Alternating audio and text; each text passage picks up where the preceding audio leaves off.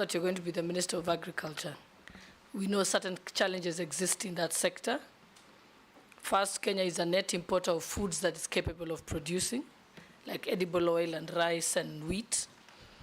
We also know the fact that the average age of a farmer is 65. Yet, our population is highly youthful. If you're approved for this appointment, what strategies will you employ to make agriculture more attractive and profitable to young people so that we can ensure that we have food security in the future? Thank you. Go ahead. Thank you very much, Mheshimiwa. Now, let me just start by the rider that you started with, which is the importance of agriculture in the country. And to say that over the years, the problem that you have alluded to, the issue of food importation, the issue of youth, has been around with us. The framework on which the current agriculture ministry is being run, or is agricultural sector transformation and growth strategy. Mr. Chairman, I want to raise this issue broadly to say the following. First, there has been a misguided notion, I think, over the years that we have all made.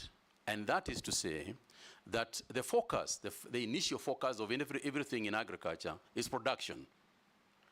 Mr. Chairman, what we must refocus on in the ASDGS is coming on for review, because it was structured in 2019 and is coming up for review after 5 years.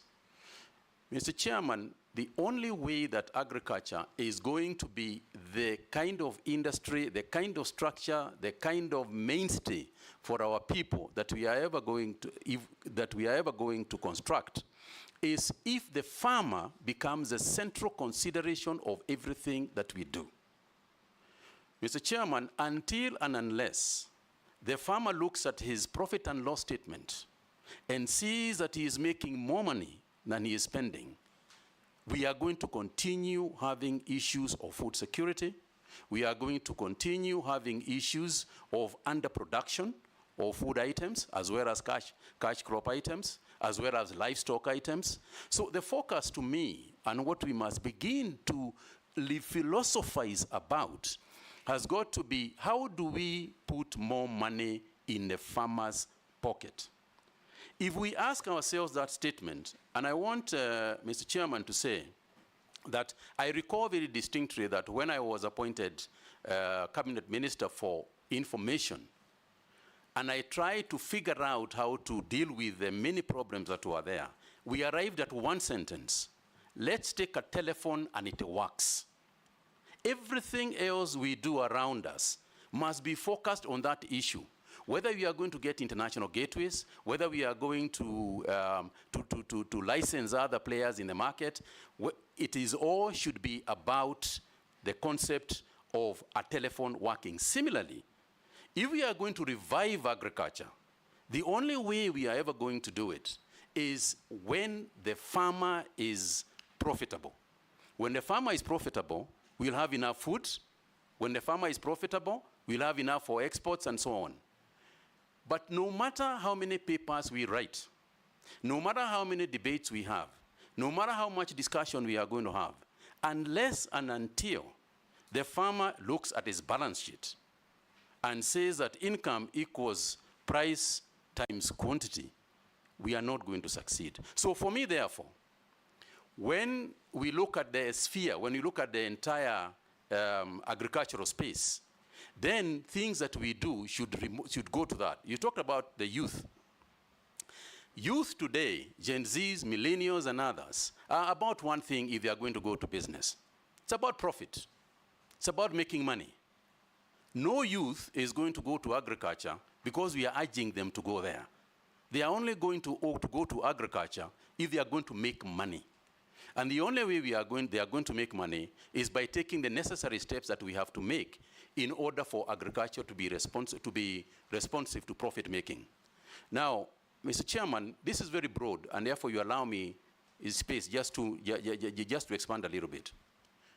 There are many activities within the agricultural sector that we have to carry forward, that we have to do. For example, just to take youth as an example, in order for us to attract the youth into agriculture, youth have no land to grow food on.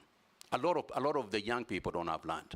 So we have to think broadly about how can we afford them land first. There is a lot of land, ADC and other organizations, private sector, land that is lying idle, that is not being used, that we can lease to these people. Now, in order for us to lease land to these people, we have got to make sure that the land, that the use of the land that they are getting is going to be profitable to them. Because that's why, in the first place, they are going to go for that idea. How are you going to do that? Our research organizations must ensure that we have done proper soil analysis. Our seed people must have the correct seeds so that people can plant seeds that germinate, seeds that produce the correct product. We have got to plant the right crops in the right places so that they can grow en masse and produce more per acre. So we have got to use the technology because youth are interested in technology. And also we have to define, when we say that the youth should be involved in agriculture, which part of agriculture are we talking about? Because it is not just about growing to grow crops. For example, tourism in agriculture is being involved in agriculture. You know, you travel all over the world and you see yourself being taken to places where they grow all sorts of things in other nations. We want people to come to Kenya also to see our agriculture. That's an area that can be attractive to the youth. There is fintech and agri-finance. These are the areas that the youth are going to be interested in.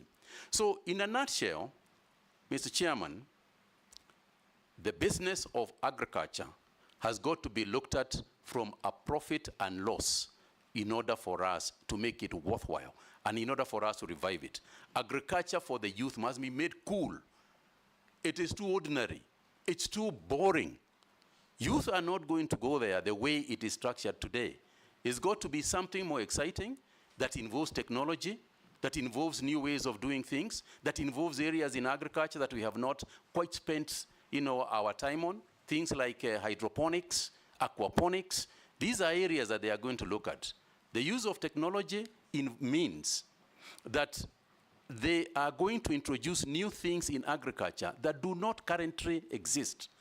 What does that mean, therefore? It means that the training that we are going to engage in, working together with the ministries of education, we have to look at the training that we are giving the agricultural sector, the agricultural students. What are we training them in? The future of agriculture is going to be in technology. AI, for example, artificial intelligence, is going to play a very crucial role in the future of agriculture. And if that is the case, are we educating our people, our future farmers, enough to deal with that issue? They are doing it elsewhere. If you go across the world, they will be doing that. So the question is whether we are preparing ours to compete with the best in the world. Thank you. Majority Leader, I will encourage you, nominee, to exercise some brevity in answering questions. You have 2 hours engagement with us. I'm trying, Mr. Chairman. It's just the breadth of the question. Yes, Majority Leader. Thank you, Honorable Speaker. Honorable Speaker, maybe I'll start